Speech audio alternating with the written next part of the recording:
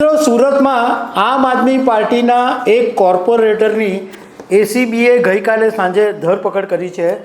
Case એવો હતો કે આ કોર્પોરેટરે 10 લાખ રૂપિયાની લાંચ માંગેલી હતી અને એ કેસની તપાસ ચાલી રહી હતી અને એસીબી પાસે જ્યારે પુરાવા મળ્યા ત્યારે આ કોર્પોરેટરની ધરપકડ કરવામાં આવી।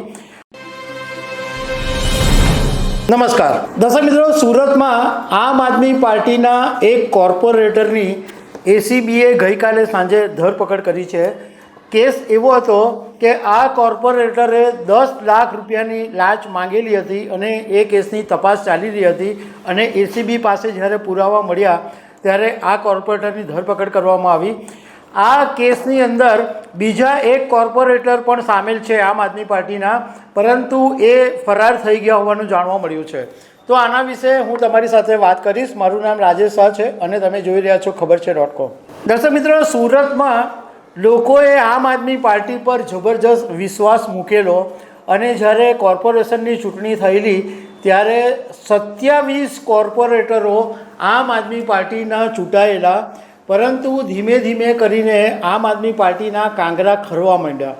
લોકસભા 2024ની ચૂંટણી પહેલાં, ગુજરાત વિધાનસભા 2022ની ચૂંટણી પહેલાં આમ આદમી પાર્ટીના ધારાસભ્યો પાર્ટી છોડીને ચાલ્યા ગયા અને એમાંથી 27માંથી લગભગ 13 જે કોર્પોરેટર છે એ ભાજપમાં ચાલ્યા ગયા અને એક અપક્ષમાં ગયા અને એક જે છે એ હજુ કોઈ પાર્ટીમાં નથી ગયા।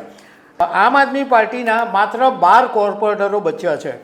હવે મૂળ વાત કરીએ કે સુરતનો જે પૂણા વિસ્તાર છે ત્યાં વોર્ડ નંબર 16 અને 17ની અંદર 2 કોર્પોરેટર છે, એક જીતેન્દ્ર કાછડિયા અને બીજા વિપુલ સુહાગિયા। હવે લગભગ 3-4 મહિના પહેલાં એસીબીમાં ફરિયાદ નોંધાઈ હતી કે આ જે બંને કોર્પોરેટરો છે એ લોકોને રીતસરના ધમકાવે છે અને એસએમસીનું જે પે એન્ડ પાર્ક છે એના કોન્ટ્રાક્ટર પાસેથી 10 લાખ રૂપિયાની માંગણી કરેલી અને એને ધમકી આપેલી કે જો તું પૈસા નહીં આપશે તો તારો કોન્ટ્રાક્ટ રદ કરાવી નાખીશ। એવો પણ એક આરોપ છે કે આ જે બંને કોર્પોરેટરો છે જે શાકભાજી અને જે બધું કામ કરતા હોય એની પાસે 50-50 રૂપિયા હપ્તો પણ ઉઘરાવતા હતા।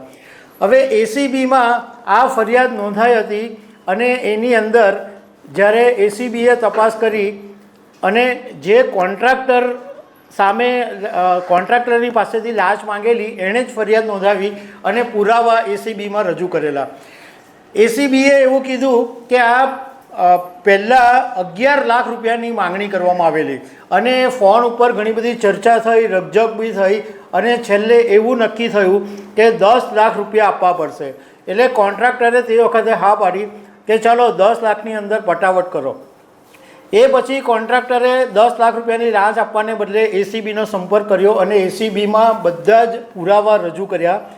આ પુરાવાની એસીબીએ તપાસ કરી અને એ પછી ગઈકાલે જ્યારે એસીબીને માહિતી મળી અને એસીબીના પીઆઈ છે કલ્પેશ ધડુક, એમને માહિતી મળી કે આ વિપુલ સુહાગિયા જે છે એ ડુમ્મસમાં કોઈ જગ્યા ઉપર છે।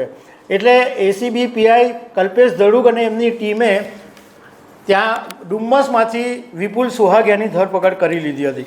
હવે બીજા જે આરોપી છે જીતેન્દ્ર કાછડિયા, એના ઘરે પણ તપાસ કરવામાં આવી, પરંતુ જીતેન્દ્ર કાછડિયા ફરાર થઈ ગયો છે।